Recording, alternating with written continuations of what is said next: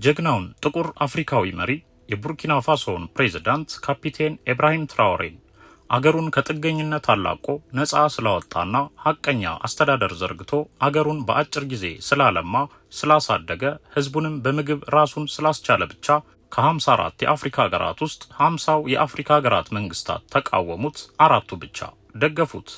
በእርግጥ 50ው ሀገራት ሁሉም አልተቃወሙትም። ከመቃወም አልፈው አሳልፈው ሊሰጡት የተማማሉም አሉ፣ በዝምታ ያሉ አሉ። የትራኦሬ ስራ ገና ያልገባቸውም አሉ። ስለ ትራኦሬ ተአምረኛ የልማት ስራ ያልሰሙም ይኖራሉ። ሰምተው ማመን ያቃታቸውም ይኖራሉ። ነገሩ እስኪጠራ እየጠበቁ ያሉ ይኖራሉ። ተውት የትም አይደርስም ያሉ ይኖራሉ። ለምሳሌ እንደ ኤርትራ ያሉ ጸረ ኢምፔሪያሊስት ሆነው ነገር ግን ሁኔታውን በዝምታ እያዩ ያሉ ሀገራትም አሉ ይኖራሉ ወዘተ። ነገር ግን አብዛኞቹ አፍሪካውያን መሪዎች ትራኦሬን ተቃውመውታል ወይም በይፋ የደገፉትና ከጎኑ የቆሙት እስካሁን 4 ሀገራት ብቻ ናቸው ለማለት ነው ይህን ርዕስ የተጠቀምነው። ለማንኛውም እስካሁን ባለው ሁኔታ 4 ሀገራት ናቸው ከትራኦሬ ጎን የተሰለፉት። ሁለቱ ትራኦሬን ከመደገፍና ከጎኑ ከመቆም አልፈው አንድ ሀገር ሆነው እስከ መዋሃድ ደርሰዋል፣ ማሊና ኒጀር። ጋናም በይፋ ትራኦሬን ደግፋለች። ናሚቢያም ትራኦሬን ደግፋለች። ከኢኮኖሚ ባርነት ነፃ ወጥታለች። ማላዊ ዳርዳር ያለች ነው። ብቻ ግን 95 በመቶ የአፍሪካ መንግስታት ትራኦሬን ለምን አገርህን እንዲህ በፍጥነት አለማ ብለው ተቃውመውታል። መቃወም ብቻ አይደለም አቁም እያሉት ነው። እነማን ተቃወሙት? ለምን ተቃወሙት? እነማንስ ደገፉት? ለምን ደገፉት? የሚለውን በዛሬው ዝግጅታችን እናስቃኛችኋለንና አብራችሁን ቆዩ። ይህን ቪዲዮ ከወዲሁ ላይክ በማድረግ ጀምሩ። ለቻናላችን እንግዳ የሆናችሁም ቻናላችንን ሰብስክራይብ አድርጉ። መልካም ቆይታ። ማሊ፣ ኒጀር እና ቡርኪና ፋሶ ከአንድነት ወደ ውህደት መጥተዋል ከሚለውን ጀምር። The official withdrawal of Mali, Niger and Burkina Faso from the West African regional bloc ECOWAS. The 3 Sahel states announced a year ago that they were cutting ties with the bloc after their membership was suspended following military coups in the countries. The main role of ECOWAS is to promote economic integration in all fields, but the Commission also plays a role in managing peace, security, democracy and good governance. ማሊና ኒጀር ቀደም ብለው በምዕራብ አፍሪካ የሚንቀሳቀሰውን የአክራሪውን አሸባሪ ቡድን በጋራ ለመመከትና የቀጠናውን ሰላም ለማስከበር የሚለውን የትራኦሬን እቅድ ተቀብለው የጋራና የጥምረት ስራ የጀመሩት ትራኦሬ ስልጣን በያዘ በአመቱ በ2023 እንደ አውሮፓውያን አቆጣጠር በመስከረም ወር ነበር። ይህም የቀጠናውን ሰላም በጋራ ወታደሮቻቸው ለማስከበር የሚል ወታደራዊ ስምምነት ብቻ ነበር። ቀጥሎ ግን ከቀጠናዊ ሰላምና የጋራ ደህንነትን በጋራ ማስጠበቅ ከሚለው ስምምነት አልፈው የኢኮኖሚ ግንኙነትንም ያካተተ ሌላ ዓለም አቀፍ ስምምነት አደረጉ። ይህ አዲሱ ስምምነትም ዘ አሊያንስ ኦፍ ሳሂል ስቴትስ በሚል ስያሜው የሚታወቅ ሲሆን የቡርኪና ፋሶ የማሊና የኒጀር መሪዎች አምነውበትና ተስማምተው በጁላይ 6 2024 እንደ አውሮፓውያን አቆጣጠር የስምምነት ፊርማቸውን ያኖሩበት ነው።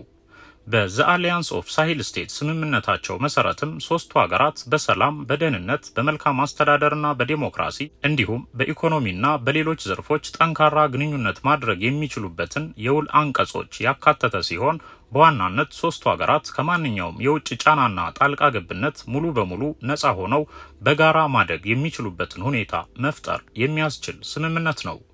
አካባቢውን በጋራ ይጠብቃሉ። የአንዱን ምርት ሌላው ይጠቀማል፣ የሌላውን ምርት ሌላው ይጠቀማል። አንድ አይነት ገንዘብ ይጠቀማሉ። ዜጎቻቸው ያለ ድንበር ከአንዱ ሀገር ወደ ሌላው ሀገር ያለ ቪዛ በተመሳሳይ ፓስፖርት በነጻነት መንቀሳቀስና መስራት ይችላሉ ወዘተ የሚሉ አንቀጾች ያሉበት ከአንድነት ወደ ውህደት የመጡበት ስምምነት ነው። Members of the various SA governments, dear participants in the first sleep of SA heads of state, good morning. It was a great pleasure and an honor to be here today. A blessed date, a memorable date, July 6, 2024, here in Niamey. First of all, let us give thanks to God who made this day possible. We thank Him for everything He has done for us until today, and everything He will do for the people of the AES. You are more than friends, you are more than neighbors, you are our brothers, you are our sisters. Because fraternity goes beyond friendship or neighborhood. We have the same blood flowing through our veins. In our veins runs the blood of these valiant warriors who fought and who reserved these lands, that we call Mali, Burkina, and Niger. These three nations have now formed a separate confederation called the Alliance of Sahel States, or AES, which has a strong mutual defense component amongst other aspirations. On Tuesday, thousands of people rallied in their capitals, chanting slogans supporting the withdrawal. But ECOWAS does not want to lose these countries and said in a statement that the three nations will continue to benefit from unrestricted travel and trading arrangements with the bloc. በዚህ መሰረት ማሊ፣ ኒጀርና ቡርኪና ፋሶ ከአንድነት አልፈው ውህደት ፈጥረዋል። እነዚህ ሶስት ሀገራት ይህን ስምምነት የፈጸሙት የምዕራብ አፍሪካን ኢኮዋስን ትተው ነው። ኢኮዋስ ኢኮኖሚክ ኮሚኒቲ ኦፍ ዌስት አፍሪካን ስቴትስ ወይም የምዕራብ አፍሪካ መንግስታት የኢኮኖሚ ማህበረሰብ የተሰኘ ህብረት ናይጄሪያን ጨምሮ 12 የምዕራብ አፍሪካ ሀገራትን ያካተተ ክልላዊ የፖለቲካና የኢኮኖሚ ህብረት በሚል በ1975 እንደ አውሮፓውያን አቆጣጠር በናይጄሪያ ሌጎስ የተመሰረተ ህብረት ነው። ሆኖም ኢኮዋስ ምዕራባውያን በዋናነት እንግሊዝና ፈረንሳይ ያደራጁትና ለራሳቸው ዝርፊያ እንዲመች አድርገው ያዋቀሩት በምዕራብ አፍሪካ ምርቶችና የተፈጥሮ ሀብቶች ላይ ከፍተኛ ታክስ ጥለው የምዕራብ አፍሪካን ሀብት ለነሱ ምቹ በሆነ ሁኔታ በአንድ ማህበር አከማችተው በነጻነት የሚያጋብሱበትና የሚዘርፉበት የኢኮኖሚ ህብረት እንጂ ለአፍሪካና ለአፍሪካውያን አንዳች የፈየደው ነገር የለም። ማሊ፣ ኒጀርና ቡርኪና ፋሶም የኢኮዋስ አባል ሀገራት የነበሩ ናቸው። ከትራውሬ ስልጣን መያዝ በኋላ ግን ሶስቱ ሀገራት ማሊ፣ ኒጀርና ቡርኪና ፋሶ በትራውሬ ቀስቃሽነት ከኢኮዋስ ወጥተው የግላቸውን ህብረት መስርተዋል። አንድ የጋራ ገንዘብ መጠቀምንና ዜጎቻቸው ያለ ድንበር መንቀሳቀስን ያካተተ ውህደት ውስጥ ገብተዋል። To form a new alliance called the Alliance of Sahelian States, and this is quite unprecedented. Have Alliance of Sahelian States passports be introduced, and what impact would this have on freedom of movement, particularly in West Africa? So one of the advantages of the ECOWAS region, which is, I could say, the most integrated region in Africa by many standards, is that within the ECOWAS, citizens travel freely from one country to the other without a visa. They can work in the countries. ይህ ስምምነትም እነዚህን ሶስት የቀድሞ የፈረንሳይ ቅኝ ግዛት ሀገሮች በየዘርፉ ነፃ ማድረግ የቻለና በተለይም የኢኮኖሚ ነፃነታቸውን ያረጋገጠ ሲሆን የአገራቸውን ሀብት ለአገራቸው እድገትና ለአገራቸው ሕዝብ ጥቅም ላይ ማዋል የሚችሉበትን እድል የፈጠረላቸው ነው። ለፈረንሳይ ደግሞ የራስ ምታት የሆነባት ጉዳይ ነው። ይህ አሊያንስ ፈረንሳይ በሶስቱ አገሮች ላይ የነበራትን የበላይነትና የኢኮኖሚ ጫና እንዲሁም የዘመናት የጃዙር ቅኝ አገዛዝ ሰንሰለቷን በጥሶ የጣለ የፈረንሳይን ጥቅም ሙሉ በሙሉ ያስቀረ በአንጻሩ የሶስቱን አገራት ትክክለኛ ነጻነት ያጎናጸፈ ስምምነት ነው ተብሏል። ውጤቱም አመርቂ መሆኑ በአመት ውስጥ ታይቷል። To understand what historic the Alliance of Sahel States have done, something extraordinary is happening. Mali, Burkina Faso, and Niger, three nations the West dismisses as military juntas, unstable regimes, or failed democracies, are doing something that no Western-backed government ever dared. They are building an independent African financial system, a system not tied to the euro, not monitored by the International Monetary Fund, not restrained by the World Bank. This is not just a financial institution. This is a financial coup against centuries of colonial manipulation. The Alliance of Sahel States has now established a central bank, a development investment bank, and a stabilization fund, all under African command, with African priorities for African people. There were no meetings in Brussels, no oversight from Washington, no phone calls to Paris, because it worked, because they acted. ሶስቱ ሀገራት ከኢኮዋስ በመውጣታቸው ብቻ አመታዊ የምርት መጠናቸው ወይም ጂዲፒያቸው በከፍተኛ ሁኔታ እያደገ ነው። ይህም የሆነው ጸረ ኢምፔሪያሊስት ሆኖ በተነሳውና በአጭር ጊዜ አገሩን አልምቶ ባሳየው ጀግና መሪ በፕሬዝዳንት ካፒቴን ኢብራሂም ትራኦሬ አማካኝነት ነው። ፕሬዝዳንት ካፒቴን ኢብራሂም ትራኦሬ ማንንም የአፍሪካ መሪ እሱን እንዲመስሉም ሆነ ጸረ ኢምፔሪያሊስት እንዲሆኑ አልገፋፋም፣ አላስገደደም። ስራውን ይሰራል፣ ለውጡን በተጨባጭ ያሳያል። አፍሪካ ሀብታም ናት፣ በራሳችን መቆም እንችላለን እያለ እውነቱን ይናገራል። አህጉራችን ነፃ እናደርግ እያለ ጥሪ ያቀርባል እንጂ ማንንም አላስገደደም።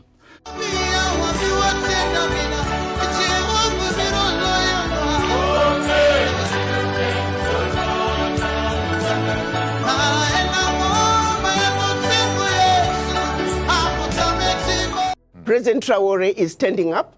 He is saying the natural resources in Burkina Faso, they belong to the people of Burkina Faso. Niger is doing the same thing. Mali is doing the same thing. Every leader must look at what's happening in the Sahel nations to say, like anybody else, you must take care of your people. You have your natural resources. You have everything you need to take care of your people. Why do you continue to be beggars? Look at what is being brought in by not only USAID, but all the NGOs in your country. It's peanuts. It's a joke that the African leaders should continue to be beggars of peanuts when you are looking and allowing billions to get out of your country year in and year out, if not trillions, in natural resources that your people should be benefiting from. ኢብራሂም ትራኦሬ አፍሪካ በራሷ መቆም አለባት ብሎ የተነሳ ጀግናና ቆራጥ መሪ ሲሆን እንዴት በራስ መቆም እንደሚቻልም ለመላው አፍሪካዊ በአጭር ጊዜ በ2 ዓመት የልማት ስራው በተግባር ያሳየ መሪ ነው። ነገር ግን እንዴት ምዕራባውያንን ትቃወማለህ ብለው አብዛኞቹ አፍሪካውያን መሪዎች አመጹበት። የምስራቅ አፍሪካዎቹ ኬንያና ኡጋንዳ እነ ዊሊያም ሩቶ እነ ሙሴቬኒ አልቀሩም ሲቃወሙት። ሌሎችም የአፍሪካ ሀገራት መሪዎች በጽኑ ተቃወሙት። መቃወም ብቻ አይደለም፣ የኡጋንዳውና የኬንያው ፕሬዝዳንት በግልጽ የትራኦሬን ፖሊሲ አንደግፍም፣ አፍሪካ በምዕራባውያን እርዳታና ብድር እንጂ ያለነሱ ድጋፍ በራሷ መቆም አትችልም፣ አቁም ከማለት አልፈው አፍሪካ በራሷ መቆምም የለባትም አሉ። ይህ እጅግ የሚያሳዝን ታሪክ ነው። Burkina Faso's President Ibrahim Traoré is frustrated with African leaders after they rejected his bold plan to unite the continent like Europe and break free from colonial powers. Traoré believes Africa must stand on its own, but not everyone agrees. Kenyan President William Ruto and Uganda's Yoweri Museveni have refused to support the idea, saying Western countries provide vital aid and boost their economies. We cannot survive without our international partners, Ruto insisted. Museveni echoed the same sentiment, warning that cutting ties with the West could hurt trade and development. But Traoré is not giving up. He is determined to prove that Africa can be self-sufficient. In Burkina Faso, he has already launched massive projects, building free houses for low-income citizens. እናም ለጊዜው ከኒጀር ከማሊ እንዲሁም ከጋናና ከናሚቢያ ውጪ ሌሎች መሪዎች እንደተቃወሙት ይገኛሉ። ናሚቢያ ሰሞኑን ከትራኦሬ ጎን ቆማለች። ማላዊ ዳርዳር ያለች ነው። ከነዚህ አገራት ውጭ ያሉት የአፍሪካ አገራት መሪዎች የፕሬዝዳንት ኢብራሂም ትራኦሬ አገሩን ያለማንም እርዳታና ብድር ያለማንም እገዛ በነጻነት የማልማትና በፍጥነት የማሳደግ ተግባር አልደገፉም። ይልቁንም እንዳመጹበት ነው። ፕሬዝዳንት ካፒቴን ኢብራሂም ትራኦሬ እነዚህን መሪዎች ወይም አፍሪካዊ ሆነው በአፍሪካ መልማትና በአፍሪካ መልካም አስተዳደር መዘርጋት ደስ የማይሰኙትን የሳሎን ውሾች ይላቸዋል። አንዳንዴ ደግሞ ኦልድ ጎድን ወርሺፕ የሚያደርጉ ይላቸዋል። የቀድሞ ጌቶቻቸውን የሚያመልኩ ማለት ነው። ነፃ ወጥተው ነፃ ያልወጡ፣ ነፃ ወጥተው ባሪያ ካልሆንን መኖር አንፈልግም ያሉ አዋራጆች ይላቸዋል። እነዚህ መሪዎች ኢብራሂም ትራኦሬን ለምን ተቃወሙት? ምዕራባውያንስ ለምን ለማስገደል ፈለጉ ወደሚለው እንምጣና አስገራሚና አሳፋሪ ምክንያታቸውን ባርነት ናፋቂነታቸውን እንፈትሸው። እንደሚታወቀው ከአፍሪካውያን መሪዎች ቀድመው ትራኦሬን የተቃወሙት ምዕራባውያን ናቸው። የሀያል ሀገር መሪዎች ናቸው። እነርሱ ጥቅማቸው ስለቀረና እያንዳንዱ የአፍሪካ ሀገር ከነሱ ተረጅነት መላቀቅ ስለሌለበት ነው። ሁሌም የነሱ ባሪያ ብቻ ሆኖ ሁሉን እሺ እያለ ማዕድናቱን በተቀቀለ ስንዴያቸው እየለወጠ እንዲኖር ብቻ ስለሚፈልጉ ነው። የነርሱ ምክንያት ይህ ነው። በዚህም በአፍሪካና በጥቁር ሕዝብ ላይ ያላቸውን ጥላቻና ንቀት በግልጽ ያሳዩበት አጋጣሚ ነው በአፍሪካ ምድር ዛሬ እየታየ ያለው።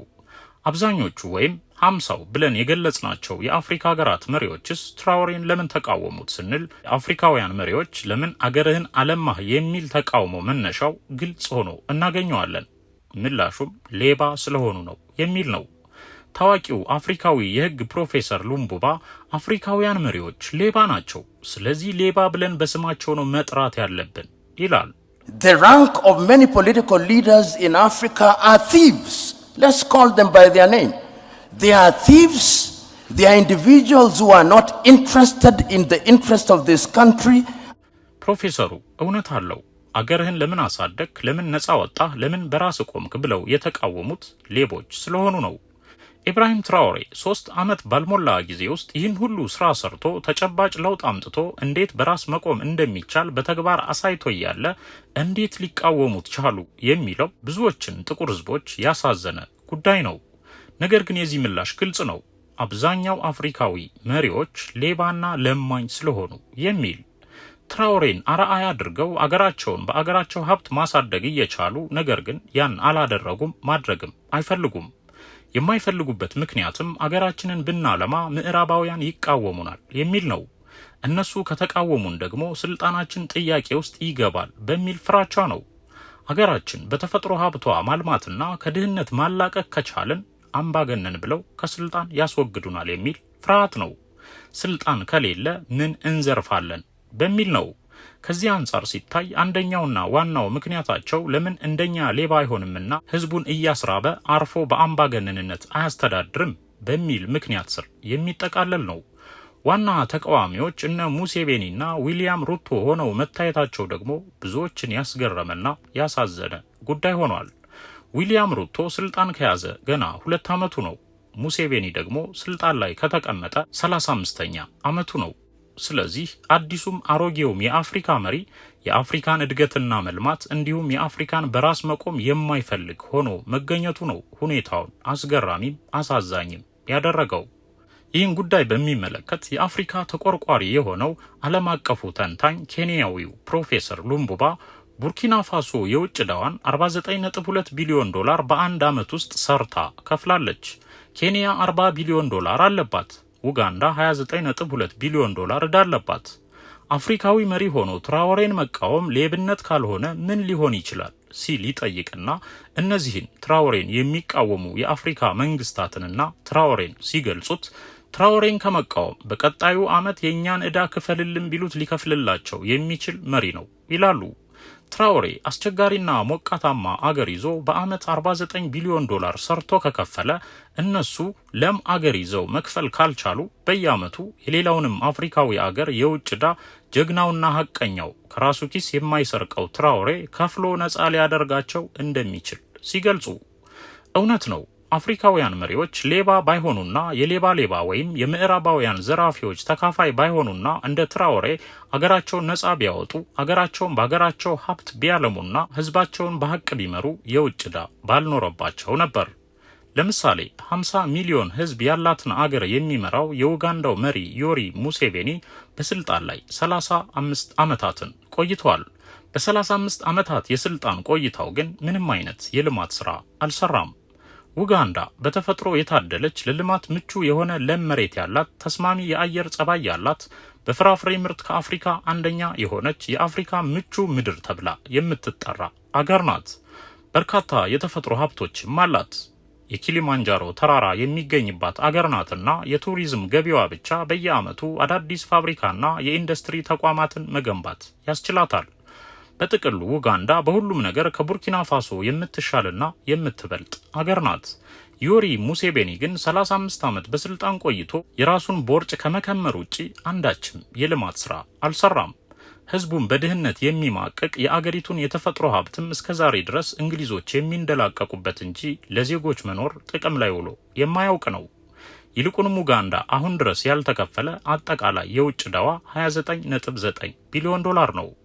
57 ሚሊዮን ህዝብ ያላት ጎረቤት ሀገሯ ኬንያም በተፈጥሮ ሀብት ከኡጋንዳ ጋር ተመሳሳይ ስትሆን የአገሪቱ መሬትም ሆነ የተፈጥሮ ሀብቶቿ በእጃዙር ቅኝ አገዛዝ ስር እንዳሉ ያሉና ኢኮኖሚውን እንግሊዞች ይዘውት እንደቀጠሉ የሚገኝ ነው።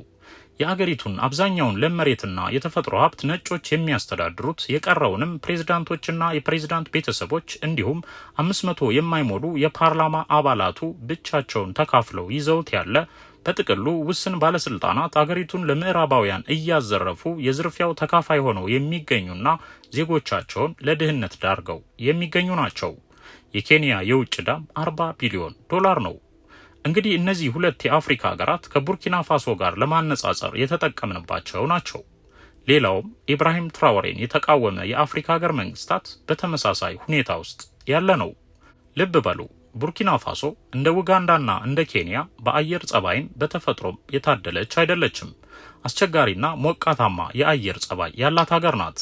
በዚህም ላይ በምዕራብ አፍሪካ የተነሱ አክራሪዎች ዕለት የሽብር ተግባራቸውን ለመፈጸም የሚዋጉባት ከሰላም ከአየር ንብረት የአየር ንብረቷ ምቹ ያልሆነ አገር ናት። በረሃማነቷ የሚበዛ በዚያ ላይ ከ80% በላዩ ህዝብ በግብርና የሚተዳደርባት አገር ናት ቡርኪና ፋሶ። ኢብራሂም ትራኦሬ ግን በፍጥነት አለማት። ከማልማት አልፎ ሀገሪቱን በውሃ ቴክኖሎጂ አስተሳስሮ ዘመናዊ የእርሻ ማሽኖችን ገዝቶ ለገበሬው እያደለ ምርጥ ዘርና ማዳበሪያ አገር ውስጥ አምርቶ ለገበሬው በነጻ እየሰጠ በግድብ በመስኖ በኃይል አቅርቦት ወዘተ ምቹ አድርጎ እያለማት ነው። More and more.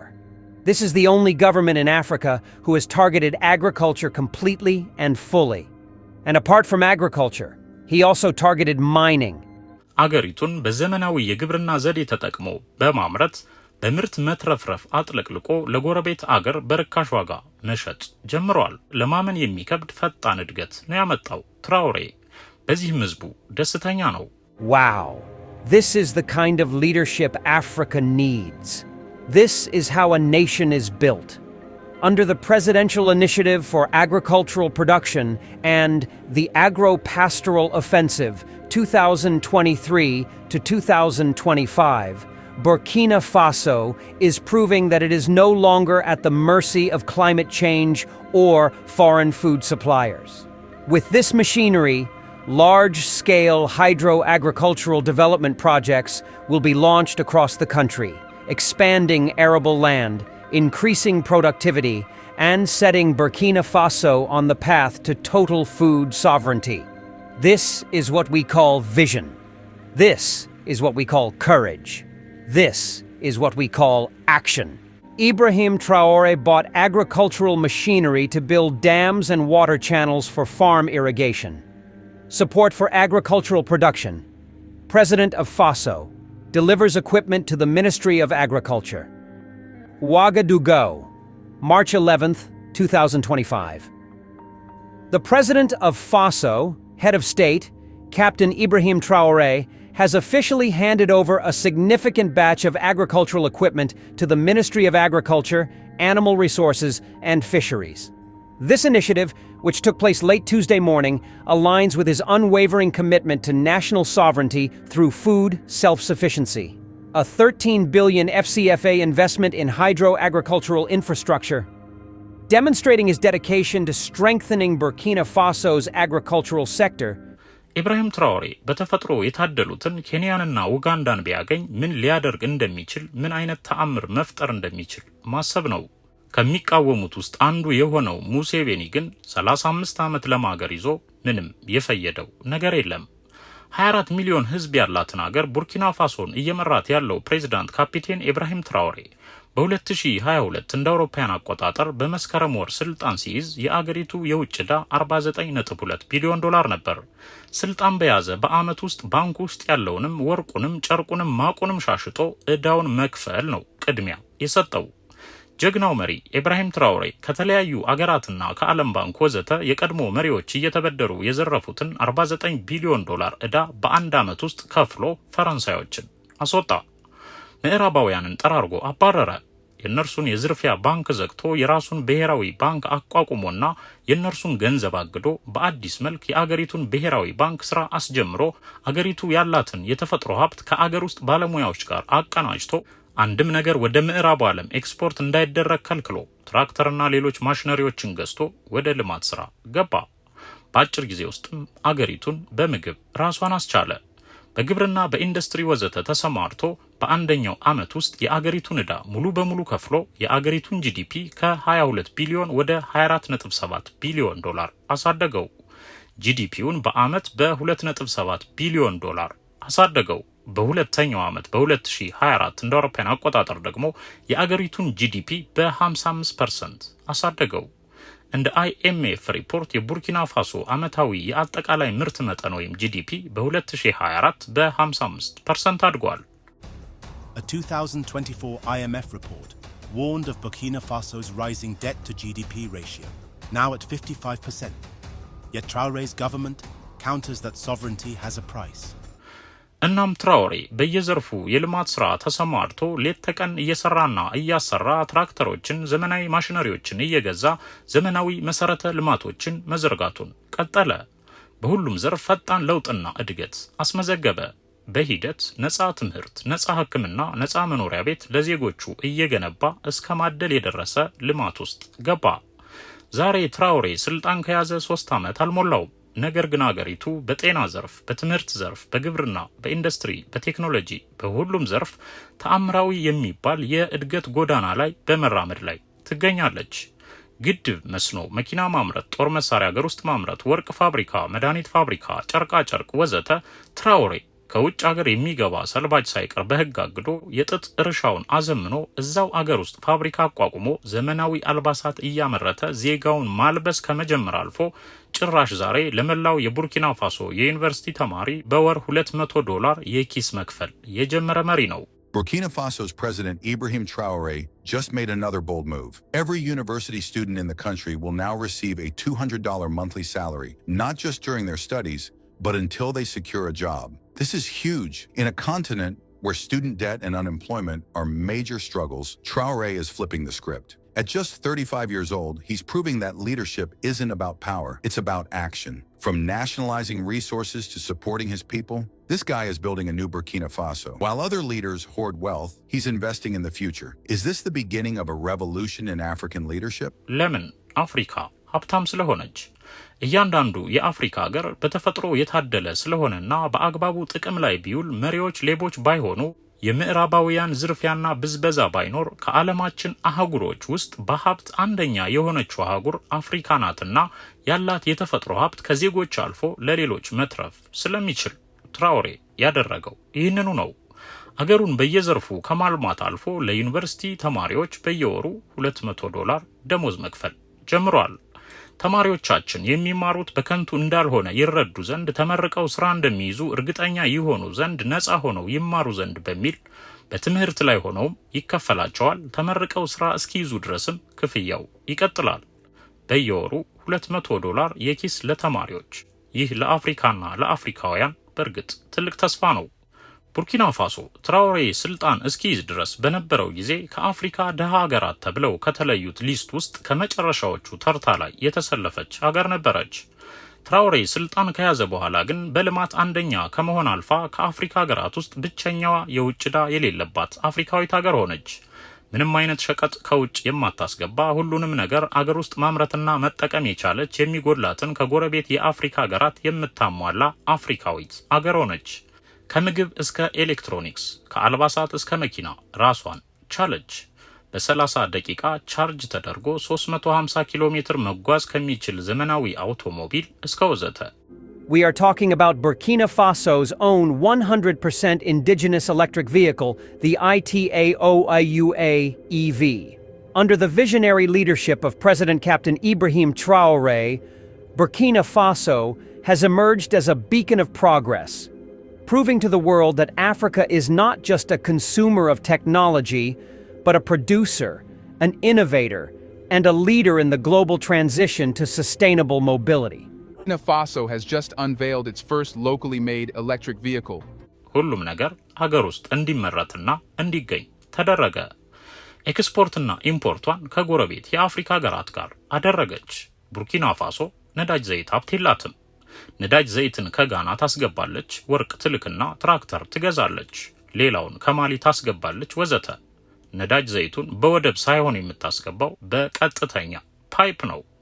ይህ ጀግና መሪ ከትንሹ ቲማቲምና አሳ ምርት አልፎ ግብርናውን፣ ኢንዱስትሪውን፣ መኪና ፋብሪካውን አልፎ እስከ ኒውክሌር ማብለያ ተቋም ድረስ ገንብቶ አገሪቱን አስመነደጋት።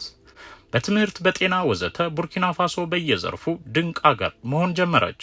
ዛሬ ላይ ከቡርኪና ፋሶ፣ ኒጀርና ማሊ እንዲሁም ጋና የሚደርሱ የነዳጅ ዘይት መለዋወጫ የሚሆኑ የምድር ውስጥ ኦይል ፓይፖችን በመቅበርና በማዘርጋት ላይ ይገኛል ኢብራሂም ትራውሬ።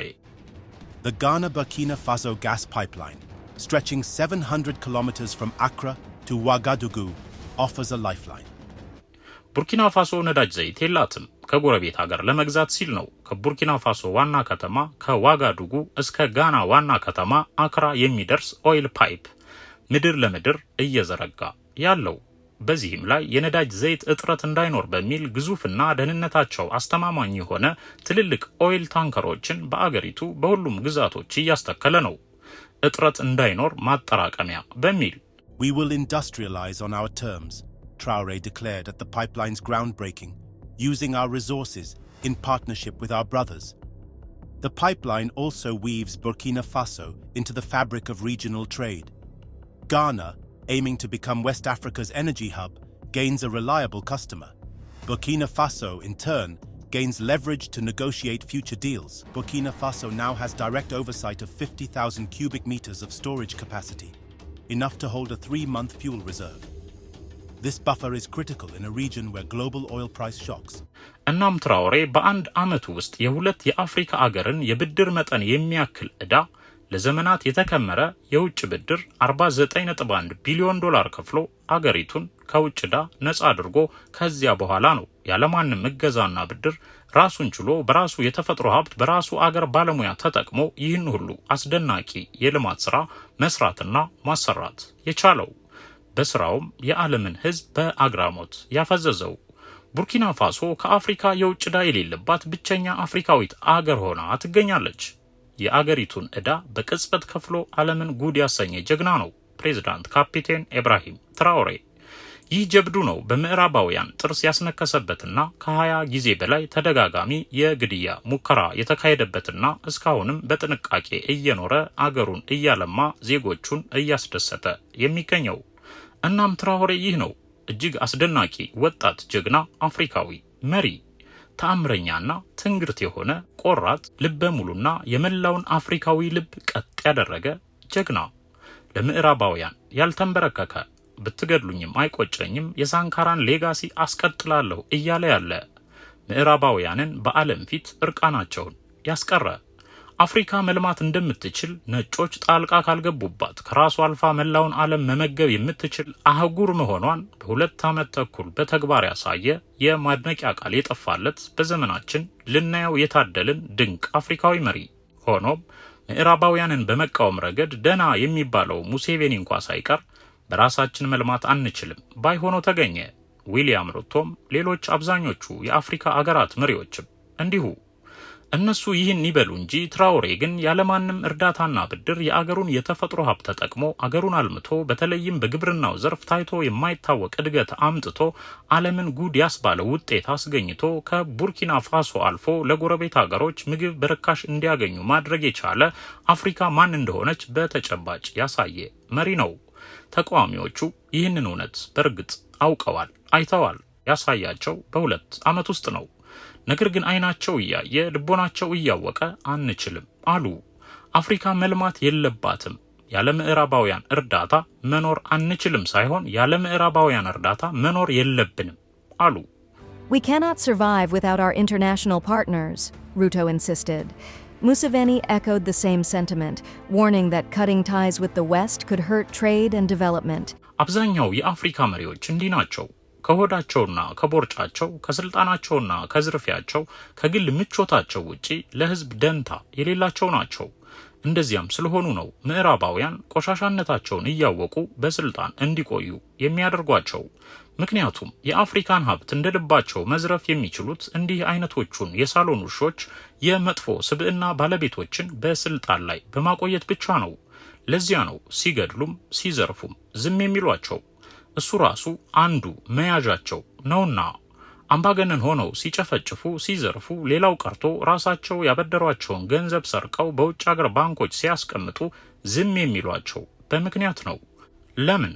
ምናልባት የሐሳብ ለውጥ አድርገው አፈነግጣለሁ ያሉ ጊዜ የእስር ማዘዣ ማውገዣ ገንዘባቸውን መውረሻ መሳሪያቸው ስለሚሆን ነው። ይህ የአፍሪካ መሪዎችን ሲዘርፉና ሲገድሉ በአምባገነናዊ አገዛዝ በማናለብኝነት 30ና 20 ዓመታት ሲገዙ በዝምታ የማየት ተግባር የምዕራባውያን የማሰሪያ ገመዳቸው ነው። የአፍሪካን ሀብት የመበዝበዣ ስልታቸው ነው።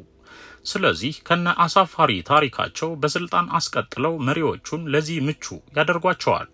የአፍሪካን ምትክ የለሽ ሀብት ይዘርፋሉ፣ እነሱ ያድጋሉ፣ ለአፍሪካውያን አልፎ አልፎ የተቀቀለ ስንዴ ይበትኑላቸዋል። የምዕራባውያን ፖሊሲ ይህ ነው። እንደ ትራኦሬ ንጹህ ልብ ያለውና አገርና ህዝቡን የሚወድ መሪ ሲነሳማ ይሄው ክሳቸው፣ የግድያ ሙከራቸው በየዕለቱ እሱ ላይ የሚሞከር ሆኖ አየን። እንደ አሸባሪ እሱን ለገደለ $7 ሚሊዮን ብለው በአደባባይ ማስታወቂያ ወጡ። ሌሎችም አፍሪካ መልማት የለባትም ብለው ተንጫጩ። እናም እንዳልነው ዮዌሪ ሙሴቬኒ በ35 ዓመታት የስልጣን ዘመኑ ለማገር ይዞ የሰው ኃይል ይዞ ያልሰራውን ስራ ጀግናው መሪ ካፒቴን ኢብራሂም ትራኦሬ በ2 ዓመት ውስጥ ሰርቶ አሳየው።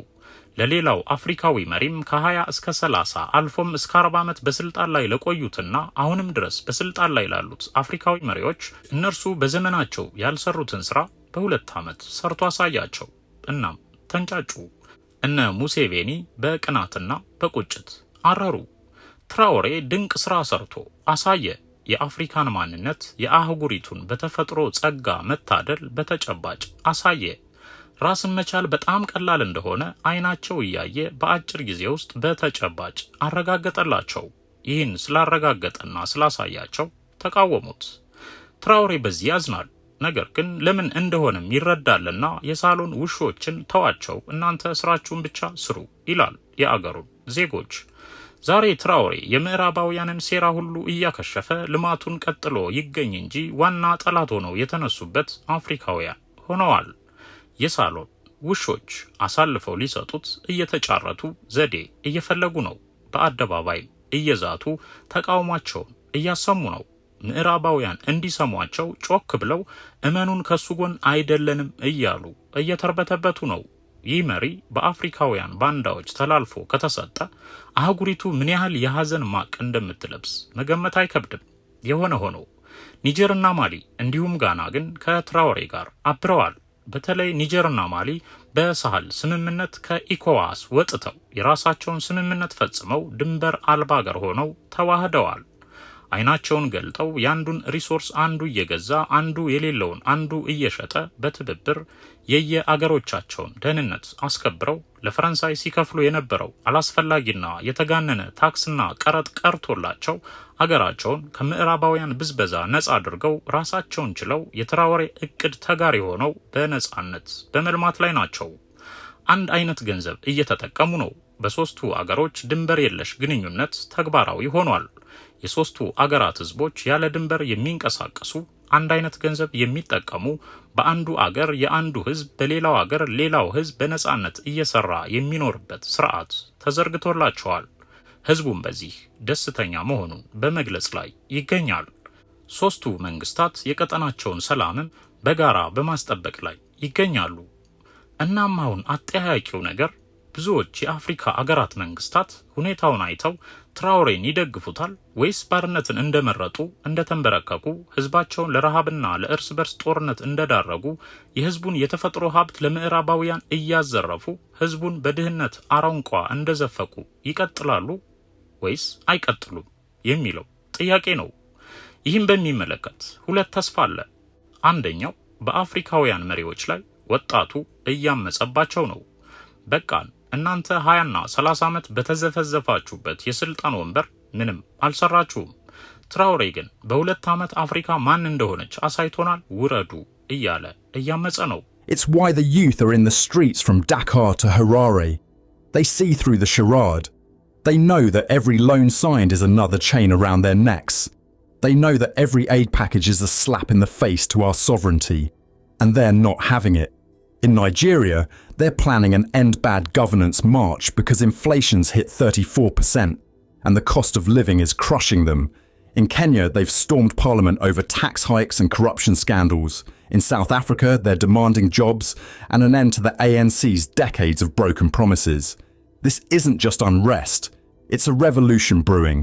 አፍሪካውያን መሪዎች ወይ እንደ ኢብራሂም ትራኦሬ ይስሩ ወይ ደግሞ ከስልጣን ይውረዱ የሚለው መፈክር ደፋር ህዝብ ባለባቸው የአፍሪካ ሀገራት ደምቆ እየተስተጋባ ነው። ሁለተኛው ተስፋ በአፍሪካውያን ውስን ደፋርና ጀግና መሪዎች በኩል ያለው ተስፋ ነው። በመሪዎች ደረጃ ለውጥ እየታየ ነው። እንደነ ናሚቢያ ያሉ ሀገራት የጀግናውን መሪ የትራኦሬን መርህና ፈለግ እየተከተሉ ነው። ከነዚህ ውስጥ አንዷ የናሚቢያዋ ሴት መሪ ናቸው። የትራኦሬን ፈለግ ተከትለው በቃ እያሉ ይገኛሉ። አፍሪካ ሀብታም አህጉር ናት፣ ራሷን መቻል የምትችል ናት፣ በቃን ማለት ጀምረዋል። አፍሪካውያን በተፈጥሮ ሀብታቸው ተጠቃሚ የሚሆኑበትን ህግና ህገ መንግስትም እያሻሻሉ ነው። አገራቸውን ነፃ ማውጣት እንዳለባቸው ተረድተው ነፃ ለማውጣት በየዘርፉ እየተንቀሳቀሱ ነው። አንዳንድ እርምጃዎችንም እየወሰዱ ነው። ከዚህ ቀደም እንዳስቃኘናችሁ ትራኦሬ እንዳለው እነሱ ወደ አፍሪካ ሲመጡ ቱሪስት፣ አፍሪካውያን ወደ እነሱ ሲሄዱ ስደተኛ የሚባለው ብሂል ማብቃት አለበት የሚለውን የትራኦሬን ሐሳብም ተጋርተውታል። ስለዚህም ያለ ቪዛ ወደ አገራችን መግባት አትችሉም ብለው የናሚቢያዋ ሴት ፕሬዝዳንት 500 አሜሪካውያንን ከአገራቸው ጠራርገው አስወጥተዋል። ይህን ያደረጉት ከትላንት ወዲያ ነው። Namibia's new president Netumbo Nandi-Ndaitwah is sending shockwaves again, leaving the Western leaders shaking and panicking. Like a blazing comet, she has burst onto the global stage, joining the ranks of fearless Pan-Africanist leaders like Burkina Faso's Captain Ibrahim Traoré, from deporting over 500 American nationals without visas to championing visa-free travel for Africans, restructuring the oil and gas sector. She's not just leading Namibia, she's rewriting the rules of African sovereignty. This is no ordinary presidency. This is a clarion call for dignity, unity and progress. President Nandi-Ndaitwah isn't smiling, and neither should those who underestimate her vision for a liberated Africa. Let's start with the bombshell that's got tongues wagging from Windhoek to Washington. Over 500 American nationals are facing deportation from Namibia for flouting immigration laws. You heard that right. Namibia is sending a clear message to the world. No visa, no stay. ትራኦሬ በአፍሪካ ምድር አስደናቂ አብዮት አስነስቷል። እናም ተስፋ አለ የሚለው የብዙዎች ግምት ነው። ክቡራን የቻናላችን ቤተሰቦች ስለ ኢብራሂም ትራኦሬ ምን ተሰማችሁ? ስለ አፍሪካስ ምን ታስባላችሁ? ሀብታም የሆነችው አህጉራችን አፍሪካ ነፃ መውጣትና በራሷ የተፈጥሮ ሀብት ማደግ የለባትም ትላላችሁ ወይስ የትራኦሬን ፈለግ ተከትላ ማደግ አለባት ትላላችሁ? ከማን ወገን ናችሁ? ከምቀኞቹ ከነ ሙሴቤኒ ወይስ ከናሚቢያዋ ጀግና መሪኮን? ሐሳብና አስተያየታችሁን በኮመንት አጋሩን። እናንተም ትራኦሬን እንደተቃወሙት እንደ አፍሪካውያን መሪዎች ምቀኛ ካልሆናችሁ ደግሞ ሰብስክራይብ የምትሏን በተን ተጫኑ። ሰብስክራይብ ማድረግ አያስከፍል፣ ሜሞሪ አይዝ፣ ንኳት። አንዳንዶቻችሁ ሰብስክራይብ ስታደርጉ የሚያልፍልኝ ነው አይደል የሚመስላችሁ? አይዟችሁ፣ አትፍሩ። ስለዚህ ሰብስክራይብ አድርጉ። በየጊዜው የምንለቃቸውን አዳዲስ መረጃዎች ፈጥነው እንዲደርሷችሁ ደግሞ የደወል ምልክቷን ተጫኑ። መልካሙን ሁሉ ለትራኦሬ እየተመኘን ለዛሬ አበቃን። በመሰል ዝግጅት እንመለሳለን። ስለ አብሮነታችሁ ከልብ እናመሰግናለን። በሰላም ቆዩን።